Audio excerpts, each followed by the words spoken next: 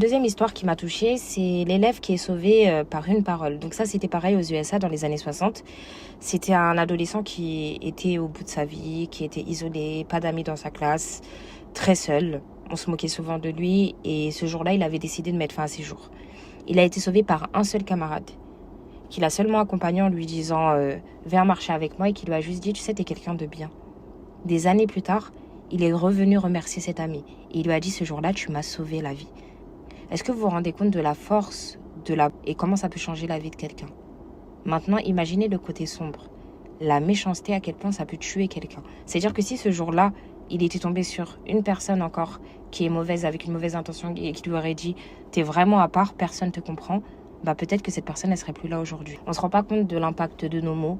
Quand le prophète sallallahu alayhi wa sallam, il nous dit ne serait-ce qu'accueillir ton voisin avec un sourire, qu'il faut négliger aucune bonne action, ne mépriser aucune bonne action, c'est parce qu'on ne se rend pas compte de l'impact de nos gestes, de nos paroles, de nos actes sur la vie ou dans le cœur des gens. On s'en rend vraiment pas compte.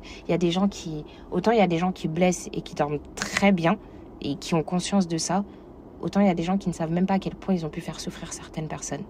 Et ça, c'est bien dommage.